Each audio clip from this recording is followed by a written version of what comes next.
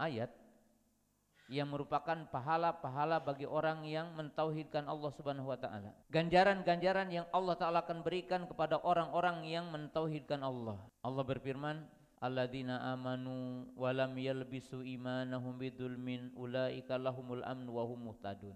Orang-orang yang beriman dan tidak mencampur adukan keimanannya dengan kedzaliman, yaitu dengan kesyirikan. Jadi barang siapa yang beriman kepada Allah, barang siapa yang melakukan taat kepada Allah, beramal soleh, dan dia tidak merusak, tidak mencacati iman, amal solehnya, ketaatannya dengan syirik, maka bagi mereka keamanan dan bagi mereka kedamaian dan bagi mereka petunjuk.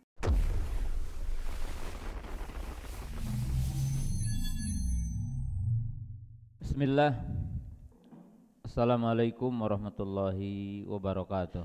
Alhamdulillah hamdan katsiran thayyiban mubarakan fihi kama yuhibbu rabbuna wa yardah. Asyhadu an la ilaha illallah wahdahu la syarikalah wa asyhadu anna Muhammadan abduhu wa rasuluh. Wassalatu wassalamu ala Rasulillah wa ala alihi wa ashabihi wa man tabi'ahum bi ihsanin ila yaumiddin, amma ba'du. Ya ayyuhalladzina amanu Allaha haqqa tuqatih wa la tamutunna illa wa antum muslimun. Kaum muslimin, para jamaah, para penuntut ilmu yang dimuliakan Allah Subhanahu wa taala, pemirsa MGI TV dan para pendengar radio Riyadul Jannah dimana saja berada. Pertama, marilah kita untuk senantiasa bersyukur kepada Allah Subhanahu wa taala yang senantiasa menganugerahkan kepada kita banyak nikmat, terutama nikmat iman, nikmat Islam, nikmat kita berada di atas sunnah Rasulullah SAW, dan nikmat sehat, sehingga pada kesempatan malam yang berbahagia ini kita dapat berkumpul di masjid, di ma'had yang mulia ini. Kaum muslimin, para jamaah yang dimuliakan Allah Subhanahu wa taala, sebagai kajian pertama di ma'had yang mulia ini, di mana ma'had ini disebutkan ma'had at-tauhid.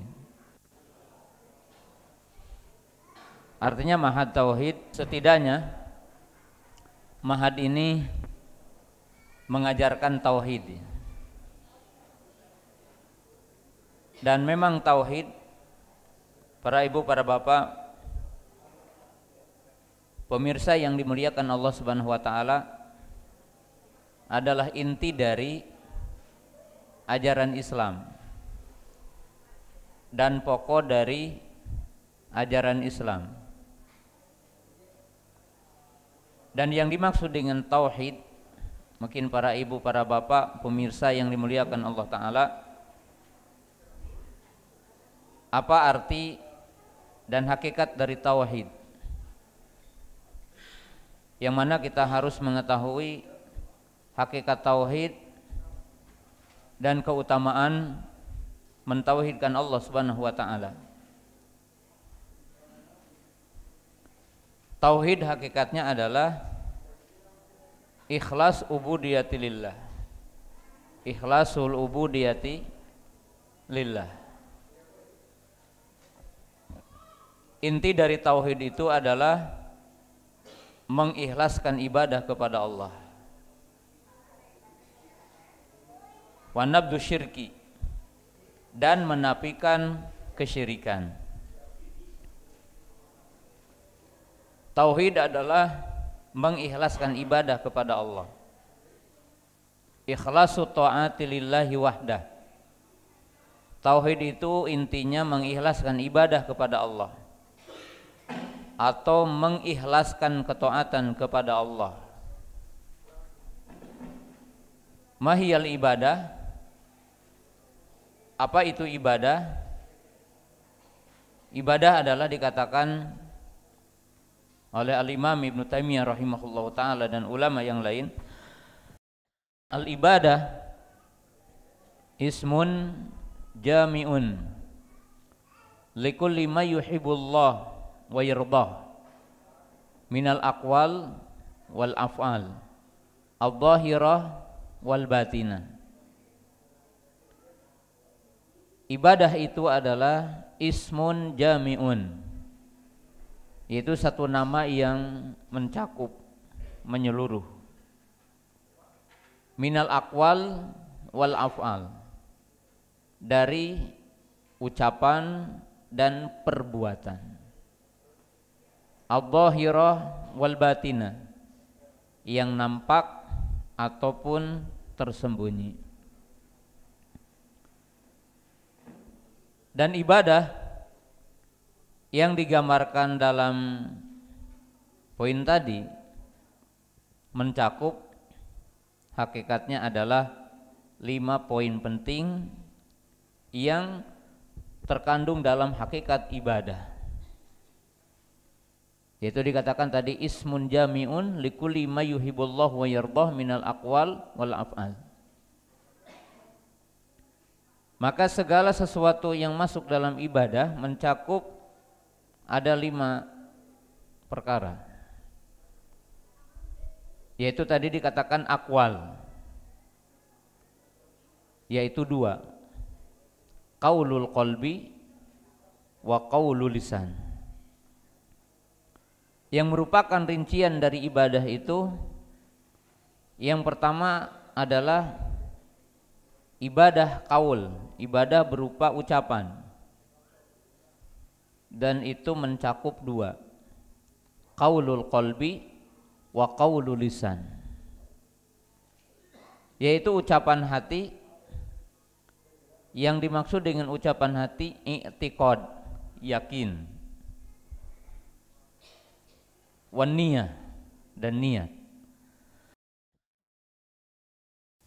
Wa qaulul lisan an-nutqu bi syahadatain, an-nutqu bil iman, yaitu berupa ucapan kalimat syahadatain atau berupa ikrar kata-kata iman. Seperti orang mengatakan aku beriman kepada Allah, beriman kepada malaikat Allah, beriman kepada kitab Allah, beriman kepada Rasul Allah, dan seterusnya.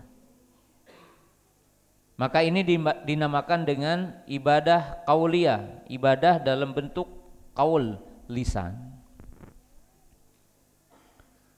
Kemudian yang kedua, ibadah itu berupa ibadah amaliyah, ibadah yang ruangnya adalah amal.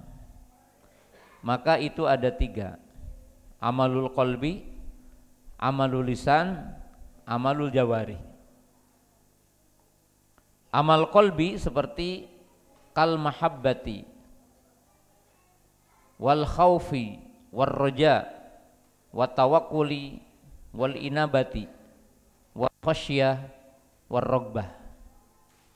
Jadi yang pertama merupakan amal hati. Apa yang dimaksud dengan amal hati? Gawe hati. Yang pertama contohnya adalah mahabbah, rasa cinta. Artinya cinta kepada Allah, cinta kepada Rasul, cinta kepada orang beriman. Ini merupakan ibadah, yaitu amal hati. Kal khauf, rasa takut, itu takut kepada Allah, takut kepada azab Allah. Warroja, berharap, berharap akan pahala Allah, berharap akan ganjaran Allah, berharap akan rahmat Allah, berharap akan magfirah Allah. Maka itu pun termasuk ibadah hati. Wa tawakkul, tawakal, bergantung, bergantung kepada Allah, menyerahkan diri kepada Allah, menyerahkan urusan kepada Allah. Maka itu dinamakan amalul qalbi. Kedua adalah amalul lisan, amal lisan. Apa yang dimaksud dengan amal lisan kata para ulama? Kullu amalin la yuaddihi ila bil lisan, yaitu setiap amal yang tidak bisa diamalkan kecuali dengan lisan. Kat takbir, wat tasbih, wa tahlil, wa qiraatil Quran, wa du'a. Yaitu setiap amalan yang tidak bisa ditunaikan kecuali dengan lisan. Seperti apa? Ucapan tasbih, subhanallah, tahmid, alhamdulillah, takbir, Allahu akbar, tahlil, la ilaha illallah. Atau masuk di dalamnya kita membaca Al-Quran, berdoa, berzikir. Maka ini merupakan amalul lisan. Kemudian yang ketiga adalah amalul jawarih, amal anggota badan. Kalau wudu, wa tayammumi, wa ghusl janabati, was-salati, was-saumi, wal umrati, wal haji, wal masyi ila masjidi, wal jihadu bisayfi wasinan. Kemudian yang ketiga adalah amal anggota badan. Seperti apa? Kita berwudu, kita bertayammum, janabah, salat, berpuasa, ibadah haji, ibadah umrah, jalan ke masjid, perang dengan fisik, maka itu merupakan ibadah badan. Semuanya dinamakan ibadah yang 5 tadi, yaitu 2 gambaran dari qaul dan 3 gambaran dari amal. Kita wajib untuk mengikhlaskan ibadah kepada Allah. Jadi semua sendi-sendi ibadah yang tadi yang digambarkan dalam 5 perincian itu wajib dihadapkan hanya kepada Allah. Wajib diikhlaskan hanya untuk Allah. Dalam arti mahabbah, khauf, roja, inabah, tawakul hanya kepada Allah. Dan demikian juga semua ibadah kita, salat, puasa, zakat, haji, umrah, itu wajib hanya untuk Allah. Sehingga Allah Subhanahu wa taala berfirman, wa ma umiru illa liya'budullah mukhlishina lahuddin. Tidaklah kalian diperintah kecuali untuk mengikhlaskan ibadah kepada Allah. Ikhlasu doa, mengikhlaskan doa, mengikhlaskan permintaan hanya kepada Allah. Artinya kita dilarang meminta kepada jin, meminta kepada penghuni kubur, meminta kepada malaikat, meminta kepada para nabi, kita dilarang.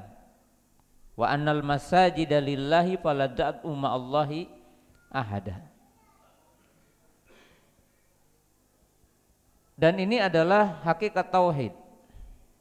Ikhlasul ubudiyati lillah, mengikhlaskan ibadah kepada Allah. Makna tauhid ikhlasul ubudiyati lillah juga mencakup mentauhidkan Allah dalam rububiyahnya, mentauhidkan Allah dalam nama dan sifatnya. Apa yang dimaksud dengan mentauhidkan Allah dalam rububiyahnya? Artinya kita meyakini tidak ada pencipta, tidak ada pemilik, dan tidak ada pengatur untuk semua alam semesta dan seisinya kecuali Allah. Alhamdulillahi rabbil alamin, Ar-Rahmanir Rahim, Maliki yaumiddin. Lahu ma fis samawati wa ma fil ardh.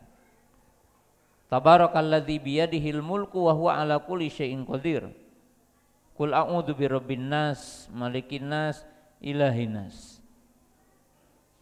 Artinya ketika kita mengikhlaskan ibadah kepada Allah, mengikhlaskan taat kita kepada Allah, yang maknanya qul inna salati wa nusuki wa mahyaya wa mamati lillahi rabbil alamin. Katakanlah sesungguhnya salatku, sesungguhnya sembelihanku, dan sesungguhnya ibadahku hanya untuk Rabb alam semesta ini. Maka wajib kita juga mengikhlaskan semua ketaatan kita. mengikhlaskan semua ibadah kita kepada Allah, dibarengi dengan keyakinan bahwa Allah esa dalam rububiyahnya. Apa yang dimaksud Allah esa dalam rububiyahnya? Yaitu kita meyakini yang mencipta, yang memiliki, yang mengatur hanya Allah. Allah sebagai Rabb,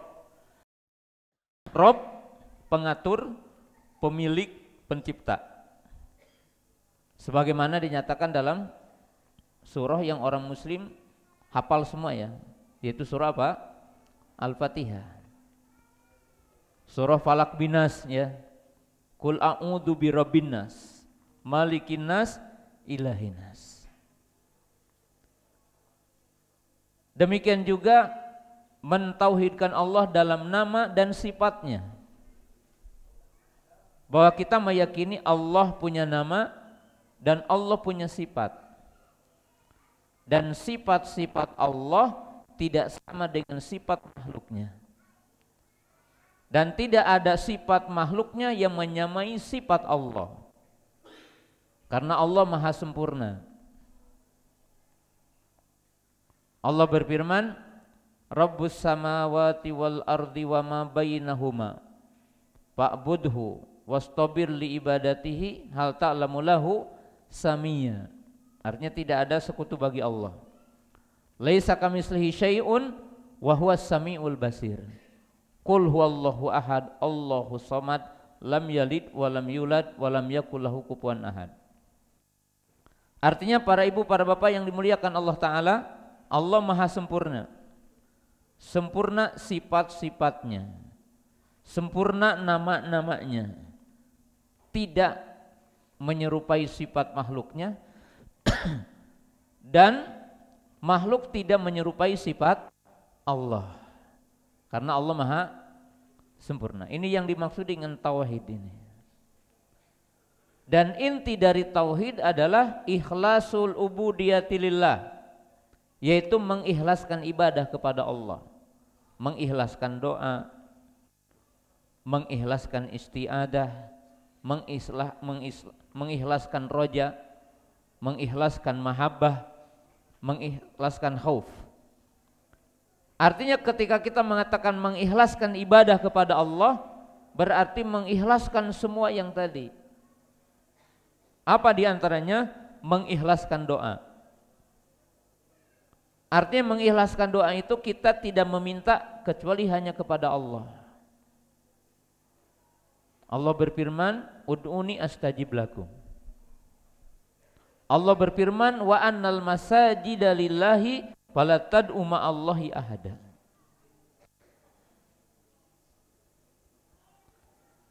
Kemudian kita mengikhlaskan isti'adah. Fasta'idz billahi minasyaitonir rajim. Kita diperintahkan berlindung hanya kepada Allah. Kemudian mengikhlaskan takut hanya kepada Allah. Fala takhafuni. Allah berfirman dan mengatakan kepada kita apa? Takutlah kepada Allah dan takut kepada mereka. Siapa? Orang kafir. Wa khafuni. Dan semuanya, salat kita, puasa kita, zakat kita, semua ibadah kita hanya untuk Allah. Nah, ini maknanya kita mengikhlaskan ibadah kepada Allah. Yaitu makna ayat yang paling populer ya, suka dibaca, Qul inna sholati wa nusuki wa mahyaya wa mamati lillahi rabbil alamin.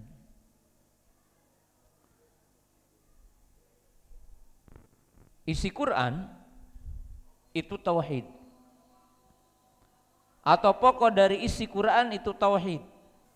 Para ibu yang dimuliakan Allah Ta'ala, perkara yang paling penting dari ajaran Islam adalah tauhid. Perkara yang paling penting yang ada dalam Quran adalah tauhid. Bahkan kata para ulama, Al-Quran kulluhu tauhid. Quran itu semuanya tauhid. Jadi saya ingin menjelaskan secara singkat malam ini karena mahad ini mahad at-tauhid. Jangan-jangan yang di sini tidak tahu tauhid maksudnya. Udah menamakan mahatnya tauhid, ya nggak tahu tauhid. Al-Quran pokok isinya tauhid. Bahkan kata para ulama, Al-Quran kulluhu tauhid. Quran ini semuanya tauhid. Nah, bagaimana kita memahami Quran semuanya tauhid? Kita akan ungkap beberapa poin penting. Nanti ada yang ngasih hadiah ya. Siapa yang tahu a'dhamu ayah fi kitabillah? Ayat yang paling agung dalam Quran, ayat apa? Jangan yang dari Tasiknya.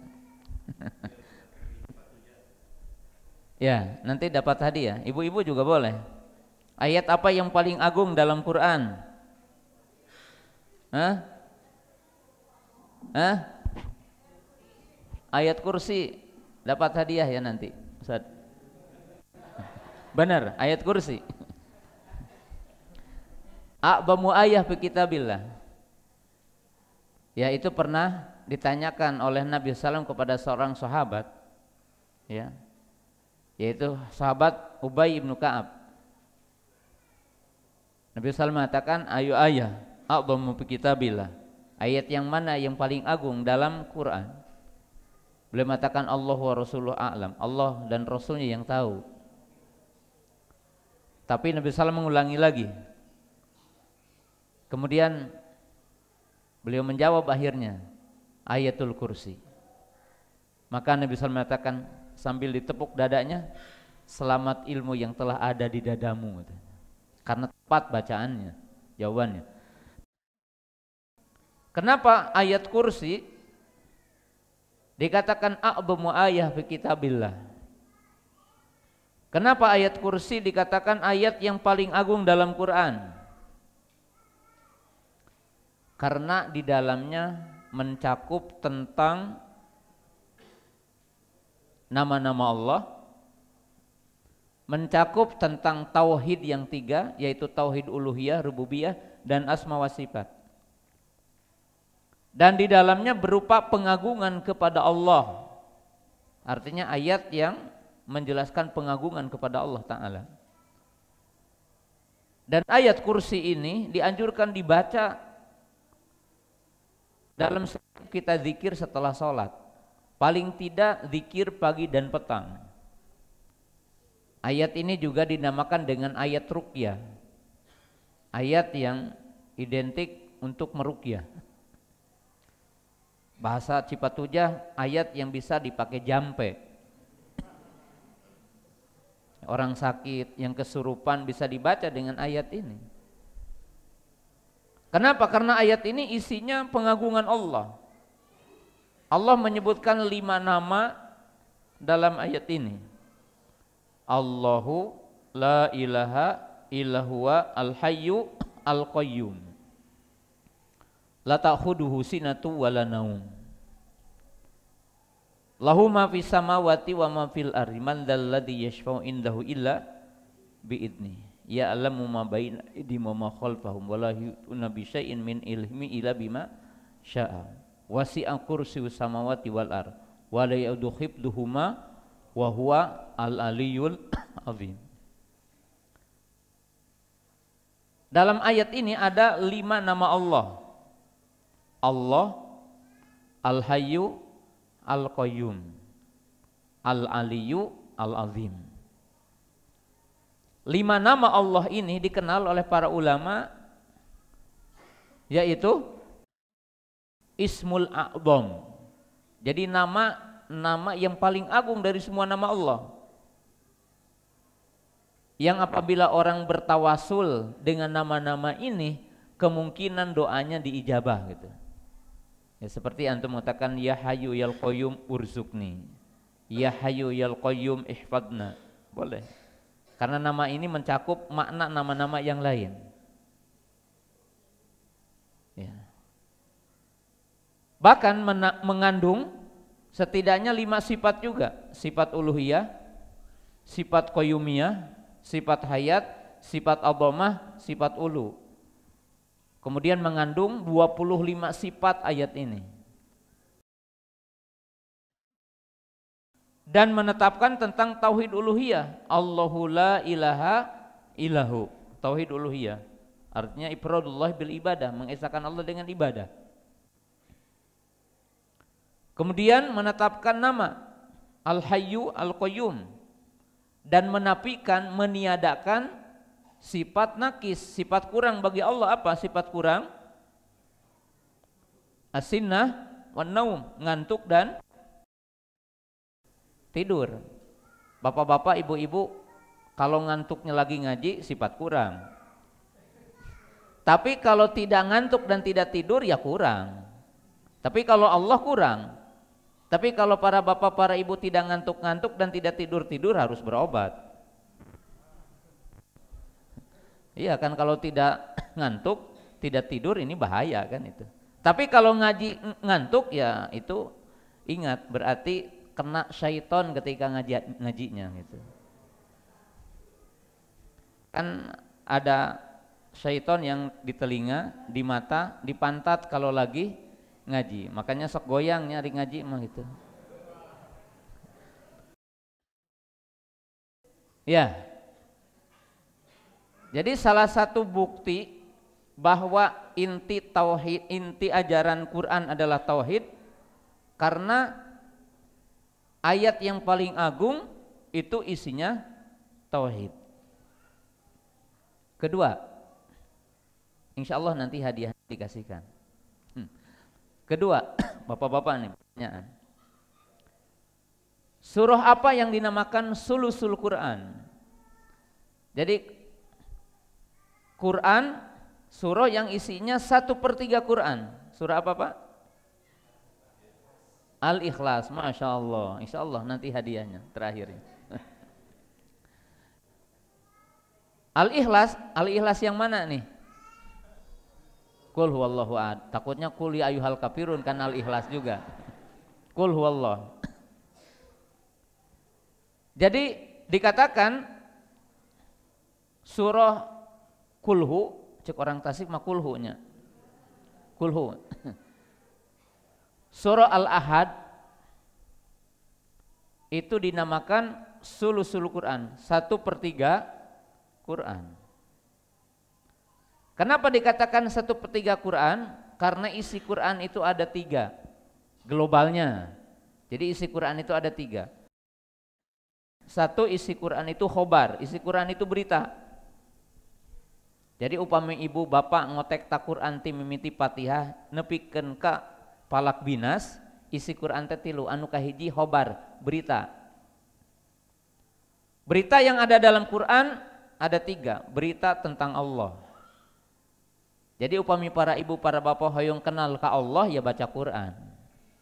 Karena Allah memperkenalkan diri, sifatnya, namanya, keagungannya, kebesarannya ada dalam Al-Quran. Yang kedua, isi Quran itu berita masa lalu. Para bapak, para ibu tidak akan tahu tentang cerita Nabi Adam, Nabi Nuh, Nabi Ibrahim kecuali dari berita Quran. Karena Quran menceritakan para nabi. Makanya Quran ada surah namanya Al-Qasas, surah tentang kisah.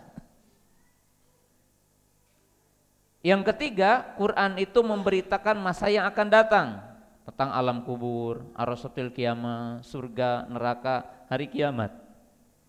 Maka 1/3-nya tak Quran ini. Ya. Yang kedua, isi Quran itu awamir wa nawahi. Isi Quran itu berupa perintah larangan, syariat. Perintah sholat, perintah puasa, perintah zakat, perintah haji, perintah umroh, perintah berbakti kepada 2 orang tua, perintah adil, larangan berzina, larangan mencuri, larangan minum khamar, terus ya. Awamir wa nawahi, perintah dan larangan. Yang ketiga, isi Quran itu al-wa'du wal wa'id.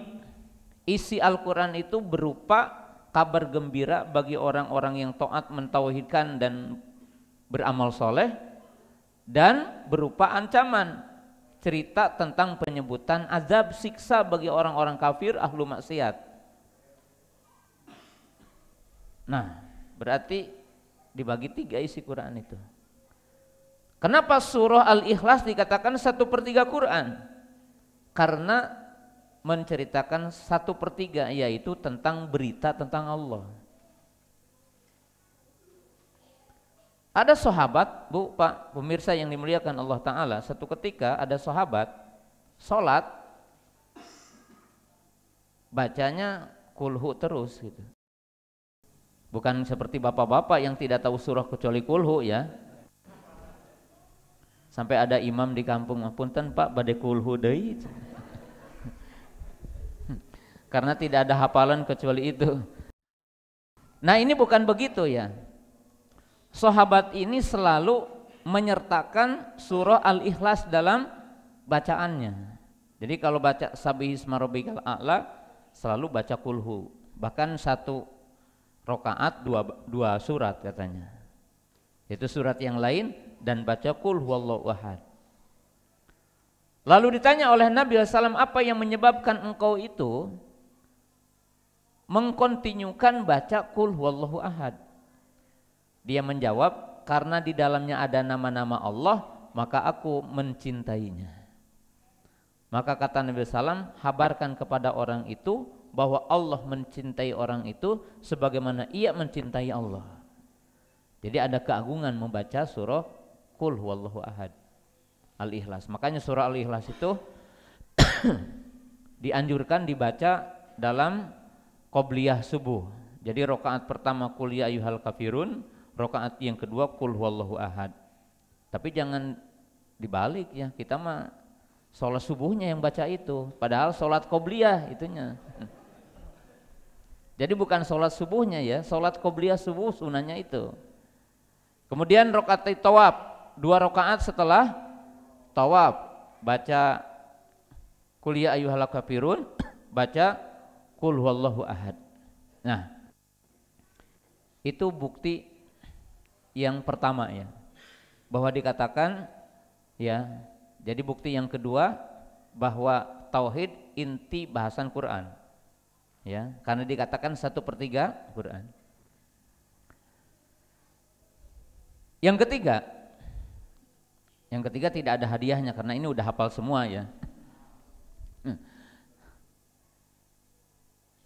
Ummul kitab, Ummul Quran, Fatihatul kitab.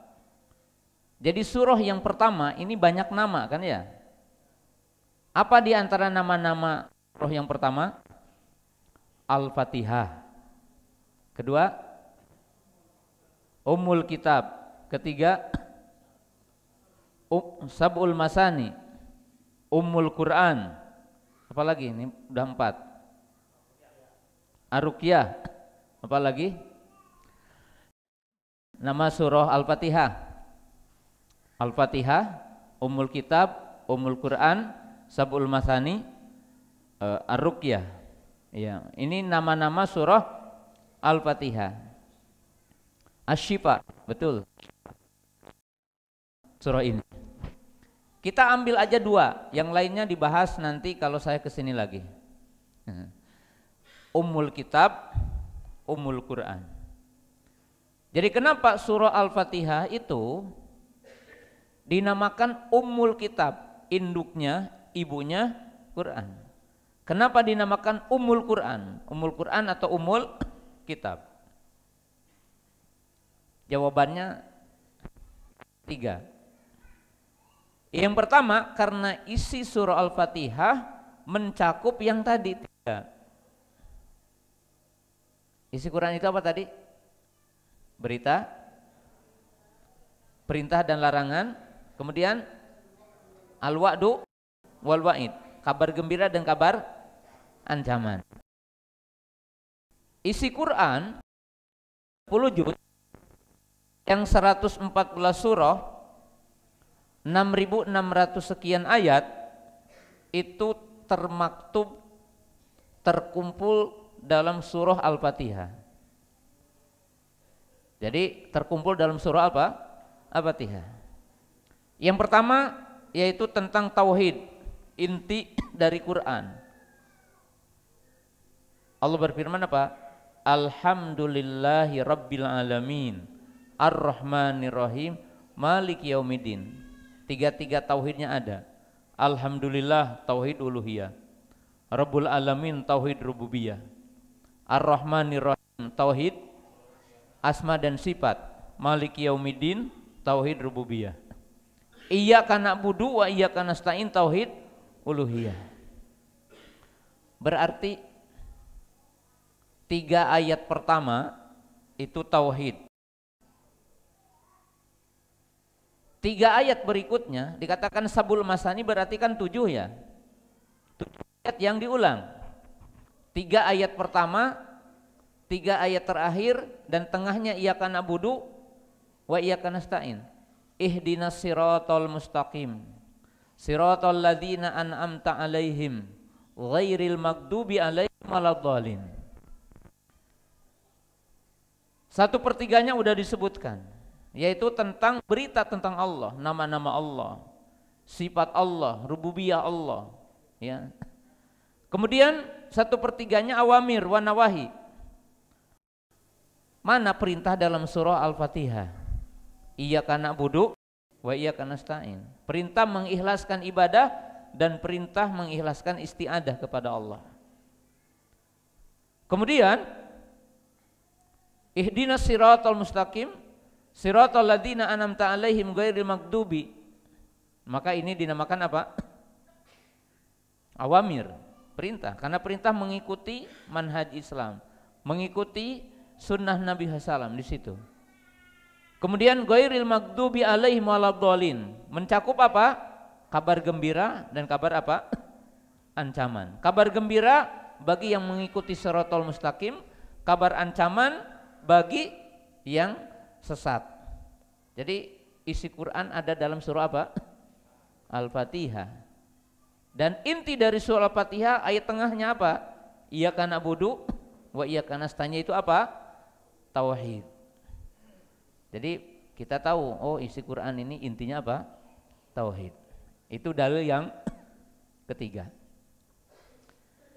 Dalil yang keempat, untuk membuktikan bahwa inti dari isi Quran tauhid, panggilan pertama dalam Quran yang merupakan panggilan kepada manusia, panggilan untuk mentauhidkan Allah.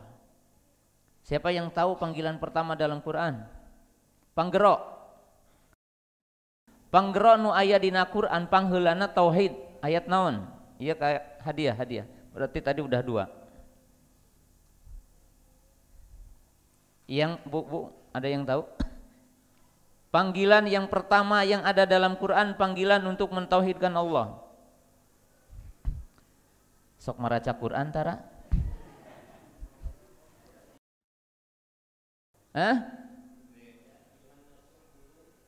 Oh Masya Allah, ini Insya Allah catat.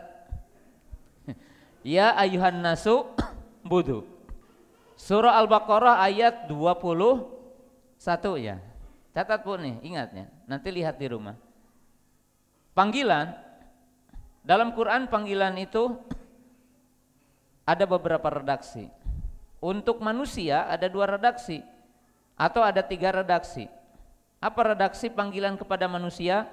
Pertama umum, ya Bani Adam.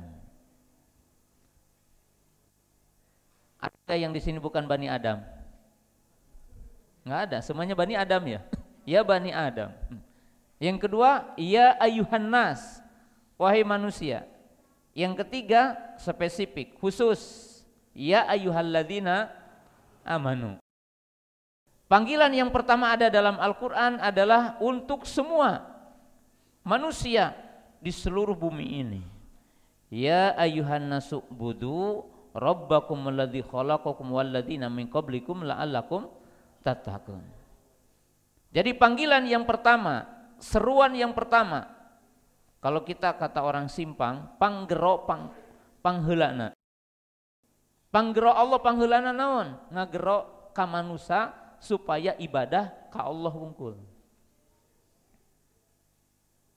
Ya ayuhan nasu budu rabbakumul ladzi khalaqakum wal ladzina min qablikum la'allakum tattaqun. Wahai manusia, sembahlah Rabb kamu yang telah menciptakan kamu dan menciptakan orang-orang sebelum kamu, ya, agar kamu apa? Bertakwa. Jadi khitab, panggilan yang pertama adalah panggilan untuk mentauhidkan Allah, menunjukkan pokok isi Quran adalah tauhid. Ini dalil yang berapa tadi? Keempat. Dalil yang kelima. Dalil yang kelima adalah berupa panggilan Allah khusus untuk ahlul kitab. Karena ahlul kitab ini udah menyekutukan Allah. Ya. Karena ahlul kitab ini telah menyekutukan Allah dan telah menduakan Allah, orang-orang Yahudi menjadikan Uzair sebagai anak Allah. Orang-orang Nasara menjadikan Isa sebagai anak Allah, bahkan sebagai Allah. Orang-orang Yahudi mengatakan Uzair ruhullah, Uzair itu Allah. Orang-orang Nasara mengatakan Isa adalah Allah, atau mereka mengatakan Ibnullah, anak Allah. Berarti orang-orang Yahudi, orang-orang Nasara itu telah menyekutukan Allah. Maka Allah memanggil mereka khusus. Untuk apa? Untuk mentauhidkan Allah. Bahwa nabi-nabi mereka yang diklaim oleh mereka adalah Nabi Isa dan Nabi Musa alaihi wasallam sama-sama menyeru kepada tauhid. Maka turun ayat, ya ahlal kitabi ta'alau ila kalimatin sawain bainana wa bainakum alla na'budu illallah. Wahai ahlul kitab, kata Allah, kemarilah. Untuk apa? Kepada kalimat yang sama antara kalian dengan kami. Jadi tidak ada perbedaan. Apa kalimat ini? Agar kita tidak menyembah kecuali hanya kepada Allah. Jadi orang Yahudi, orang Nasara dikasih tahu bahwa semua nabi menyeru kepada kalimat yang satu, yaitu kalimat apa? Tauhid. Maka berarti inti dari isi Quran adalah apa? Tauhid. Itu dalil yang kelima. Dalil yang keenam. Jadi dalil yang keenam. Dalil yang keenam yang menunjukkan bahwa inti dari isi Quran adalah tauhid. Allah memberitakan kepada kita bahwa tujuan Allah menciptakan manusia, jin dan manusia untuk mengikhlaskan ibadah kepadanya. Jadi Allah mengasih berita, mengasih penjelasan di dalam Quran bahwa tujuan Allah dan hikmah Allah menciptakan jin dan manusia agar mengikhlaskan ibadah kepadanya. Ayatnya populer kalau ini ya, surah Az-Zariyat ayat 56. Wa ma khalaqtul jinna wal insa illa liya'budun. Dan tidaklah aku, kata Allah, menciptakan jin dan manusia kecuali agar mereka, jin dan manusia, mengikhlaskan ibadah kepadaku. Jadi manusia diciptakan oleh Allah Ta'ala agar mengikhlaskan ketaatannya kepada Allah, agar mengikhlaskan ibadahnya kepada Allah. Nah, ini dalil. Kemudian dalil berikutnya, keberapa ini? Ketujuh. Dalil yang ketujuh. Dalil yang ketujuh yang menunjukkan bahwa inti pokok dari ajaran Islam dan inti pokok dari ajaran Quran adalah tauhid. Allah memberitakan kepada kita bahwa Allah mengutus para nabi, Allah mengutus para rasul untuk menuntun, mengajari manusia agar manusia mengikhlaskan ibadah kepada Allah. Allah berfirman, walaqad ba'atsna fi kulli ummatin rasula ani budullaha wajtanibut tagut wa ma arsalna min qablika mir rasulin illa nuhiya ilaihi annahu la ilaha illa ana fa'budun. Itu dalam dua ayat yang berbeda. Allah berfirman, sungguh kami telah mengutus seorang utusan kepada setiap umat, kepada setiap kaum. Apa tugas utama para nabi, para rasul yang diutus Allah? Mereka mengatakan, sembahlah Allah semata dan tinggalkanlah togut. Artinya tinggalkan setiap yang diibadahi selain Allah. Jadi tugasnya menyeru, mengajar, mengajak manusia agar mengikhlaskan ibadah kepada Allah. Itu inti dari dakwah para rasul. Dan dakwah mereka satu, menyeru kepada tauhid. Dalam ayat yang kedua tadi dikatakan, wa ma arsalna min qablika min rasulin, dan tidaklah kami mengutus seorang utusan sebelum wahai Muhammad kecuali kami wahyukan kepadanya bahwasanya tidak ada yang berhak disembah kecuali Allah. Ya. Kecuali aku, maka beribadalah kepadaku. Jadi itu penjelasan Allah dalam Quran. Berarti inti ajaran tauhid. Inti ajaran Quran adalah tauhid. Itu yang keberapa? Ketujuh. Yang kedelapan. Yang kedelapan. Yang kedelapan, Allah menyebutkan surga dan Allah menyebutkan neraka. Itu yang dinamakan al-wa'du wal-wa'id. Itu berkaitan dengan tauhid. Allah menyebutkan surga tempat ahlu tauhid, neraka tempat orang yang menyekutukan Allah gitu. Jadi artinya surga dan neraka karena berkaitan dengan perintah Allah mentauhidkannya dan larangan Allah menyekutukannya. Ya. Maka Allah Subhanahu wa taala berfirman dalam ayat yang merupakan pahala-pahala bagi orang yang mentauhidkan Allah Subhanahu wa taala. Ganjaran-ganjaran yang Allah taala akan berikan kepada orang-orang yang mentauhidkan Allah. Allah berfirman, alladzina amanu wa lam yalbisu imanahum bidzulmin ulaika lahumul amnu wa hum muhtadun. Orang-orang yang beriman dan tidak mencampur adukan keimanannya dengan kedzaliman, yaitu dengan kesyirikan. Jadi barang siapa yang beriman kepada Allah, barang siapa yang melakukan taat kepada Allah, beramal soleh, dan dia tidak merusak, tidak mencacati iman, amal solehnya, ketaatannya dengan syirik, maka bagi mereka keamanan dan bagi mereka kedamaian dan bagi mereka petunjuk. Apa yang dimaksud al-amnu? Al-amnu duhulul jannah wal khulus minan nar. Yang dinamakan aman itu pada intinya masuknya orang ke surga dan selamatnya orang dari api neraka. Kalau Allah Ta'ala, faman juhziha anin nar wa udhilal jannata faqad faz. Allah berfirman, barang siapa yang dimasukkan ke surga dan dia diselamatkan dari neraka, maka itu adalah orang-orang yang beruntung. Siapa orang beruntung itu? Ya tadi orang yang melepaskan dirinya dari kedzaliman, dan kedzaliman yang paling zalim adalah syirik. Inna syirka la dzulmun adzim. Dalam surah apa itu? Dalam surah Luqman, insyaallah. Nah, sementara syirik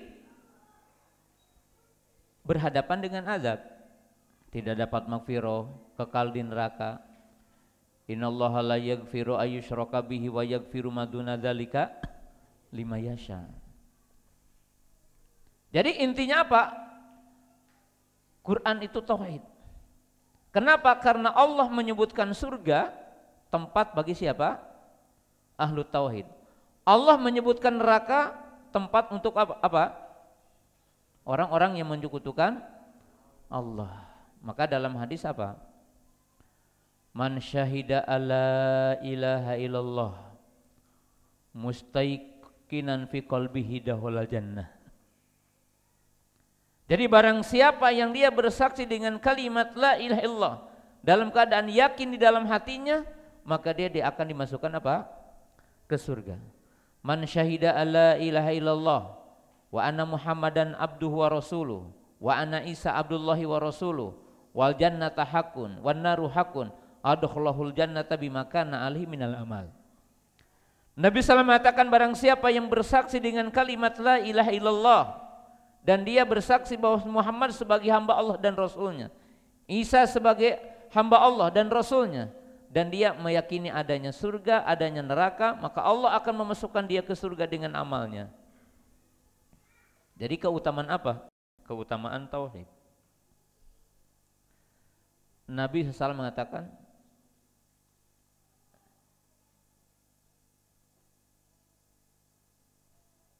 sab'una alfan min ummati yadkhulunal jannata min ghairi adzabin wala hisabin humul ladzina la yastarqun wala yaktawun wala yatatayyarun wa ala rabbihim yatawakkalun.